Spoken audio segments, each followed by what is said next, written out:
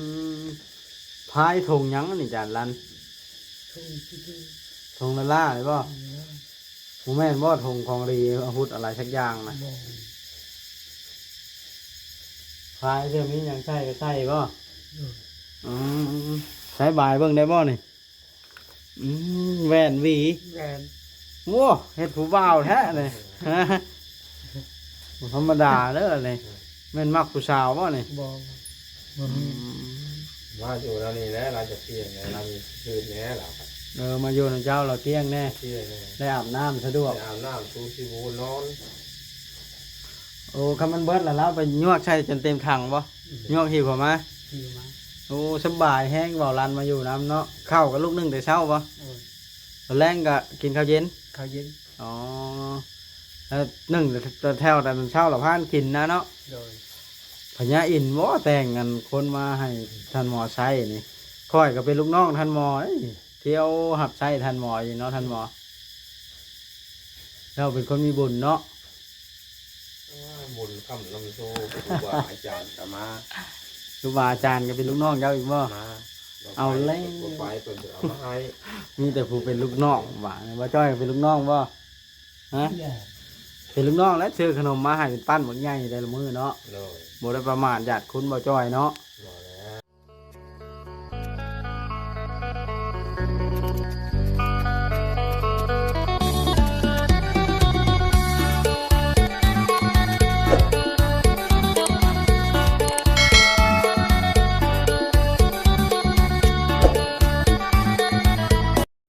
โดยพี่น้องมาฮอดจอดถึงเฮือนนี่ก็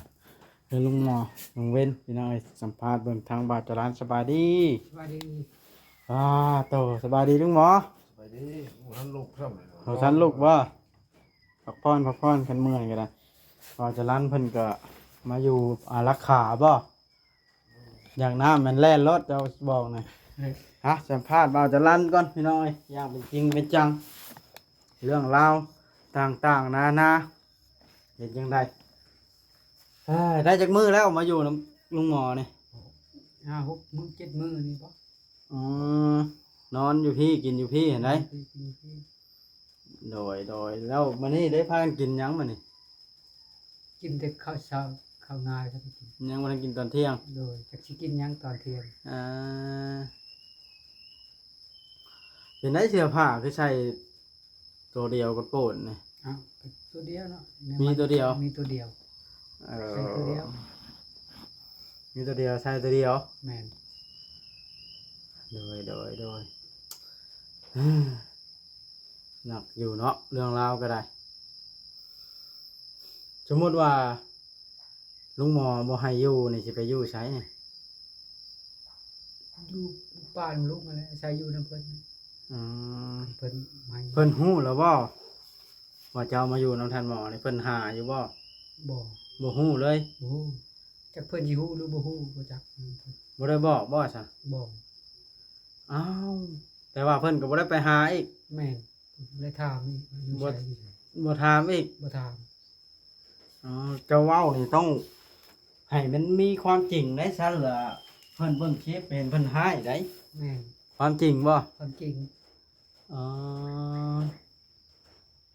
ถือว่าบ่ธรรมดาเนาะมาอยู่นี่เป็นได้ลุงหมอแล้วหายอยู่บ่หึหรือธรรมดาเราหายเจ้าอยู่บ่นี่ บ่ อืมก็ธรรมดาเนาะเจ้าละมาเข้าว่าหนึ่งว่าเจ้าตอนเช้านะ นึงอุ่นข้าวเย็นเช้านี้ เจ้าเป็นผู้เฮ็ด อืม ถ้วยกับเจ้าเป็นผู้ล้าง แม่น น้ำเต็มห้องน้ำมันนั่นกะเจ้าอีก ค่อย โยนน้ำให้ท่านหมออาบ แม่น เฮ็ดกินชื่อท่านหมอกิน แม่น อืมสั่งเป็นดีนี่เนาะลุงผัดบทถามเลยว่าไปนอนอยู่ชายค่ำอยู่ชายก็ได้ แม่น เท้าจะลั่นพี่น้องมาอยู่น้ำกัน มีFCคอมเมนต์มาว่า เป็นได้คือบอกไปหาเหตุการณ์เหตุงานเบิ่นว่าคือว่าเหือแห้งเต็มคิง เจ้ามีคำอธิบายแนวไรขอนี่ ก็ไปอยู่ ไป อยู่กันมีงานบ่ โดยกูมือก็ไปอยู่แต่ว่ามาอยู่นํเพิ่นบ่ได้ไป อ่า คือว่าปีนี้นะค่อยได้ไปเฮ็ดงานเฮ็ดการ ยังบ่มีงาน บ่มีงานเพิ่นบ่จ้าง เพิ่นยายจ้างยามให้ยามนาเพิ่นบ่จ้าง แบบช่วงไปตัดอ้อยเด้ไปอยู่ว่าตัดอ้อยก็ ไป อ่าตัดอ้อยก็ไป ไป ยามเกี่ยวข้าวดำนาเด้ ไป เออ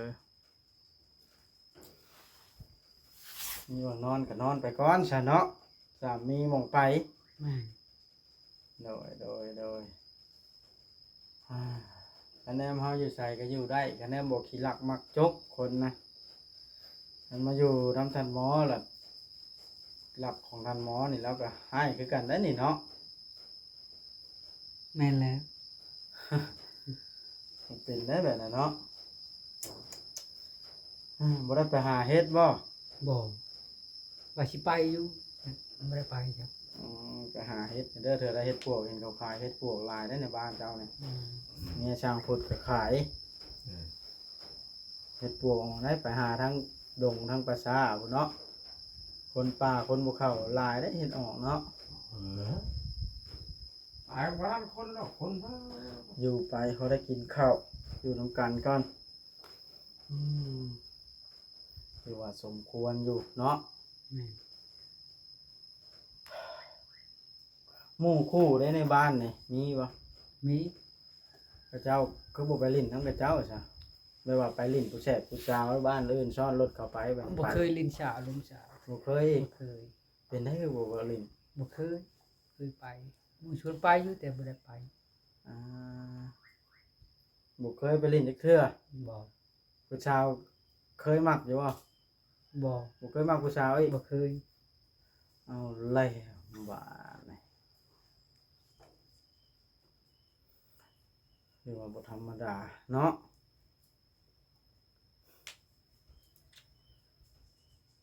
บ่เคยคิดบ่ว่าอยากไปทำงานกรุงเทพกรุงไทยแบบนี้เคยบ่คิดบ่ เคย เคยคิดอยู่แล้วเคยไปบ่ล่ะบัดนั้น บ่ บ่เคยไป บ่เคยไปเทื่ แต่ อ เคยได้แต่คิด เคยได้แต่คิด สมมุติมีผู้มารับไปนี่สิไปบ่ไปทำงานแบบนี้อยู่เวียงจันทน์หรือสวรรค์แบบนี้เขามีงานเฮ็ดงานสวนงานหยังนี่ไปบ่ ไป คะแนนว่าราคาเงินเดือนคุยกันเนาะ แม่น และข้าวน้ำชามปลาให้ได้กินเนาะ แม่น ไปแบบนั้นเนาะ ไป คันไปไทยได้สิไปบ่ ไป โอ้บ่กล้าให้ไปได้เนาะ แม่น ที่ไทยก่อยย่านเขาตัวไปลงทะเลลงหยังไปงานมืดแล้วบ่ได้เงินเดือนจักเทื่อไรเขาให้เฮ็ดงานให้อย่างเดียวอืม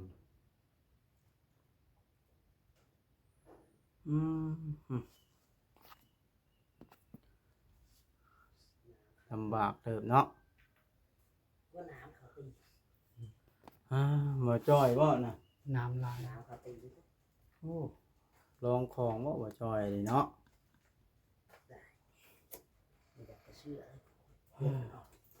หนังภาพสีละถูก อืม หนังว่าดีไปเจ็ ท่านหมอนี่ฮู้ชึกแนวใดนี่ได้คนมาอยู่นํนี่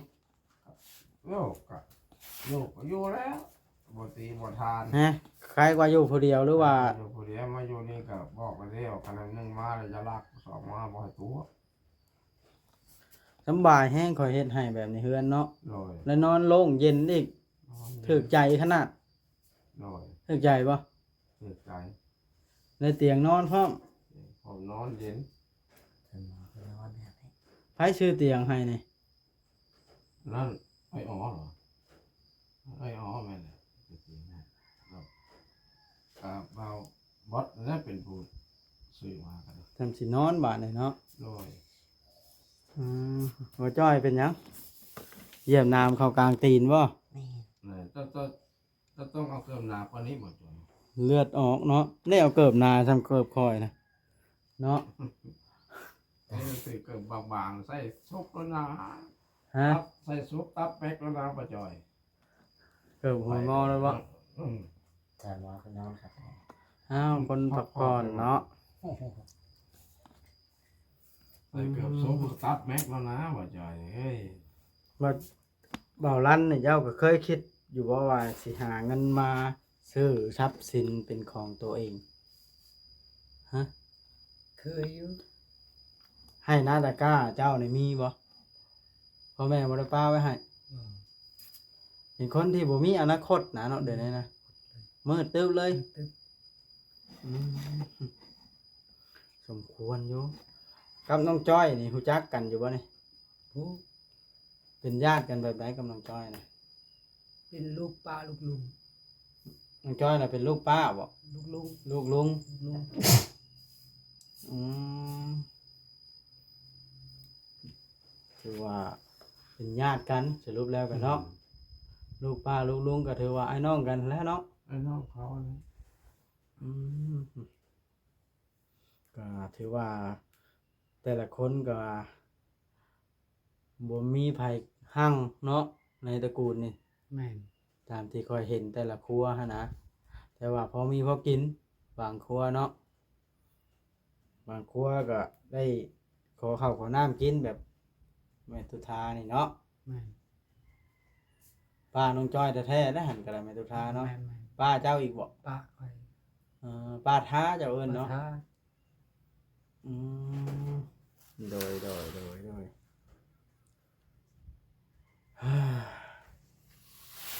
ท่านใด FC ท่านใดสนใจอยากซื้อเสื้อผ้าให้ทางเบาลั่นก็ซื้อให้เพิ่นได้เด้อพี่น้องยินดีเป็นสะพานบุญให้ทางเฮาก็ได้เมื่อยค่อยก็ได้เบาลั่นเอ้ยแล่นมาแต่วัดจินี่ไปว่าสิไปถ่ายคลิปเพิ่นมามอบเงินเพิ่นโทรใช่เนาะมอบเงินให้หลวงพ่อสิทน รอบไหน เพิ่นมอบแล้วเพิ่นมอบ8 ล้านถ้าตีเป็นเงินกีบ8 ล้านปลายเพราะว่าเพิ่นมอบ300 เหรียญครับเงินกีบอีกเงินบาทอีกนะเลยรวมคิด FC ท่านใดที่เบิ่งคลิปอยากสร้างประตูโค้งก็ยินดีคือกันพี่น้องเอ้ยเพราะว่าทางเฮาก็หลายทิศหลายทางไผเฮ็ดหยังก็ได้บุญนำอันนั้นเนาะ โดย ให้ช่วยเหลือลุงหมอก็ได้บุญน้ำลุงหมอช่วยเหลือวัดก็ได้บุญน้ำวัดน้ำว่าช่วยเหลือเท่ารันก็ได้บุญน้ำเท่ารันพอบ่ให้เท่ารันอดหิวก็คือมานี่แล้วคอยได้มามอบข้าวให้กับ1 กระสอบเนาะ โดย พระเจ้าก็ซ้ำสิมากินอยู่ในน่ะเห็นแล้วบ่กระสอบข้าวนะยังบ่ได้เบิ่งว่านี่ล่ะพี่น้องเอ้ยชีวิตคนเฮาก็ได้เอาจ้อยบ่เมื่อพร้อมบ่นี่ไปสิเมื่อเลยนี่ เดี๋ยว ฮะ ถ่ายคลิปก่อนคลิปหนึง ก็สิเมื่อบ้านก้าอีกธงหนึงเพราะว่ามื้อนั้นไปบ้านแล้วธงหนึง เอาเขาแสดงออกมา ทำสีแดง เต็มกระจ้าเลย ฮะเต็มข้างแล้วได้ไผนะครับ ผมบ่ได้ เขียวเลย ตายหมดคืน หุ่งบานหยังบานเลยเนาะดีใจขนาดบ่ โดย ทำสีใต้ใส่เจ้าเนาะบัดสินอนเจ้าก็อ้ายหน้ามันปินออกเจ้าเข้าใจอยู่บ่บอกนี่ เข้าใจ สมมุติไว้นานก็ปี๊ด อืมถ้าสมมุติอันถ้าข่อยบ่มานี่ถ้าเจ้าสิไปไสนี่2 คนนี่ ก็จะเข้าวัด เจ้าสิไปวัดบ่เท่านั้นได้จ้ะ ไปหนึ่งวัน ไปน้ำลาวเฮ็ดหยัง แล้วชวนไป ชวนไปเป็นอารักขาบ่เลยนี่ สิคนไป คือบอกให้เรานอนเผาเพื่อนผู้หนึ่งอยู่ผู้หนึ่งไปนี่ใครได้อเฮ้ย เพิ่นบ่ให้เข้าไปพดสอง เออลุงพ่อ จะ สิ ได้เข้ามาในคำไว้ก็จะได้เข้าหาเพิ่นก่อนได้หับความเลยมาบ่หรือบ่มาเพิ่นถามมาเนี่ยมาว่ะ อืม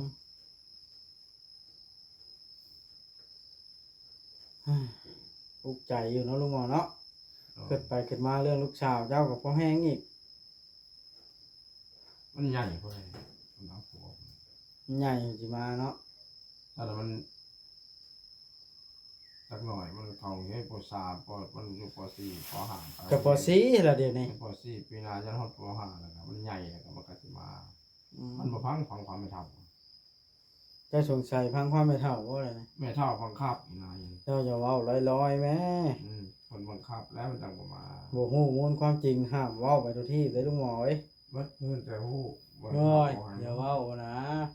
เขาจับใจทำไม คนอย่าคาดเดารู้จักเกินความจริงทุกสิ่งทุกอย่าง มันอยากมาอยู่เนาะ อันนี้แม่งจันห้องล่ะมันเที่ยงเนาะบ่ใจอยมันเที่ยงเนาะ อืม ขาดชีเต็มอันนี้ก็ได้เจ้าน่ะบ่ต่างหยังกับเท้าสิงเจ้าจักว่าเท้าสิงไปอยู่ผู้เดียว บ้าน พูดทางบ้านนั้นพญาน้องเดินอยู่ เราก็เลยให้ได้ทานอยู่เลยละวะนี่ครับ โหเท้าสิงแล้วเขาซื้อที่ดินให้60,000พวก โอ้ เราก็เลยร่อนแบบนี้แล้ว ผู้ชื่อก็มีหลักมีจ้าเนาะได้บุญกุศล อ่า เมื่อเลยคนทุกข์คนสน ค่อยน่ะสิเอาจานเก็บแสงน่ะเมื่อแปลงให้เจ้าลุงหน่อย หน่อย มันบ่จักแนวแปลง หน่อย เอาห้องวะทีแรกว่าสิทั้งตู้เย็นทั้งพัดลมเลยเอาผู้ขายเราน่ะเนาะ เป็นเรื่องเลย ท่านจะขายให้กันสิซื้ออันนี้วะ เขาว่าเขาว่า หลายคนก็ว่าใช้ได้อยู่ได้พัดลมมันตู้เย็นนะครับ ได้ เขา เขา ให้ เขา ไว้ เขา ให้ เขาได้เขาได้วัตถุน้ำก็ได้ที่ต่อมาเป็นก็คือนี่ก็ปุ๊บก็ให้เข้าให้ใครให้มันมาเป็นนะ เขาให้ไทยมันใช้ได้เนาะ ให้เลยใช้ได้แต่เพียงอยู่ที่ระยะให้เลยใช้ได้ นั่นแหละฉันเอาเงินคืนมาเนาะ มันใช้บ่ได้เรื่องเงินใช้บ่ได้มีเพื่อนน้องเจ้าไม่รู้มันเลยใช้บ่ได้คือเจ้ามันเป็นน้อง อืม เอาไปให้มันเพื่อเบิกมันแต่ให้เพื่อสมัคร แม่นแม่นแม่นโอ้ยค่อยเสียงจันห้องกันนางตาย้อนจากนอนคือกันกับพันหมอแล้วนี่เริ่มอยากเข้าเลยแล้วนี่ กิน อย่างนี้นะกินเนาะมะม่วงบ่หันยางนะ มะม่วงกินแล้วบ่จอยแล้วเขาต้มเมื่อแล้วบ่ ให้สิกินข้าวต้มมันผิดละมันก็บ่ได้แล้ว น่าอุ่นอยู่ เฮ้ยหาข่าวดอนเลยเด้เนาะมาจอยมาจอยยังบ่ได้สิมื้อว่าเจ้า นี่ก็แล้วถ่ายคลิปก่อน บ่มื้อพร้อมกันบ่ เดี๋ยวจะมือตำกระไทยตำคลิปก่อน มาจอยทั้งบ่มื้อพร้อมกันเนาะลุงบ่ แล้วก็จะ5 โมงเรามึงนะ 5 โมงพร้อม 5 โมงคนแล้วมัน เอามาอยู่ในหมู่เจ้าไหน อ่า ลุงหมอขอบคุณข่อยแล้วบ่ข่อยซื้อกันเข้ามาให้นะ ยัง ซื้ออันไอ้เซล่าเซลเขามีไผซื้อให้เจ้าแบบนี้ฮะบ่มีบ่ ก็อ มันแดดแห้งมันร้อนแห้งมันสาดเต็มอันเนี้ยเนาะ รถเขาแดดกันจ้ะแต่เอารถเขา เอ้ามีแต่ว่าแนวนั้นล่ะเด้อลุงหมอเราสิได้กลับบ้านแล้วให้เจ้าสิไปวัดก็ไป ไปเลยเขายังไม่ถ่าย ต้องขอจอยให้บ่บ่จอยชาแนลให้บ่เอาอยู่ไปบ่ร้านเลยไปเพิ่งบันไดเนาะบ้านเนี่ยอยู่กันนี่ก็ได้คะแนนบ่ให้เร็วกันอยู่นำกันให้เจ้าเข้าใจว่าเล่ากะยังบ่แข็งเฮ็ดหยังบ่ได้ช่วยกันมีข้าวเป็นน้ำเด้อ ยามเฮ็ดออกกับไปหา เอา เฮ็ด ไว้กิน มาช่วยกันกิน ข้างเครียดมาแล้วคนประกันเครียดแล้ว ฮะ แล้วคนทหารตามแล้วเลย มาแรงสิไปจัดเทียดบ่ มาเพื่อนแล้วไปโดยพายกันลูกเดียวเล็กอย่างมันยันระยะเลยพายเลย